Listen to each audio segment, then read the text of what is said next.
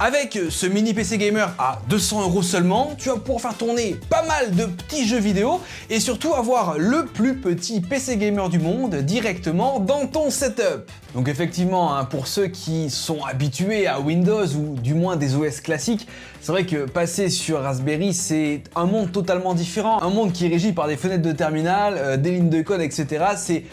Il faut s'y faire, il faut avoir quelques petites connaissances.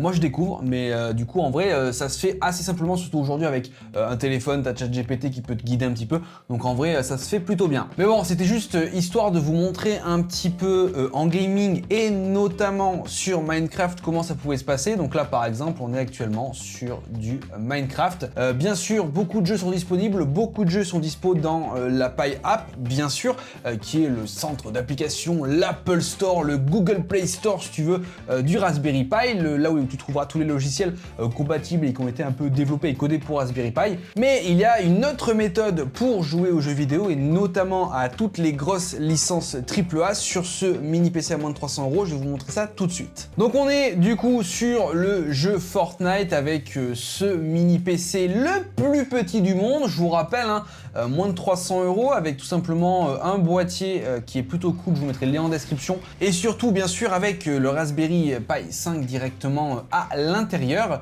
Donc là, comme je vous l'ai dit, on joue avec GeForce Now, une plateforme de cloud gaming qui nous permet d'avoir un jeu comme Fortnite en très bonne qualité avec pas mal de FPS, de beaux graphismes et du coup sans surcharger du coup notre Raspberry Pi qui d'ailleurs ne pouvait pas le faire tourner sans cette plateforme de cloud gaming. En vrai, le cloud gaming maintenant, je trouve que c'est quand même assez fluide. Il y a beaucoup moins de latence qu'avant, qu'au début du cloud gaming, il y avait quand même pas mal de latence quand tu bougeais, etc.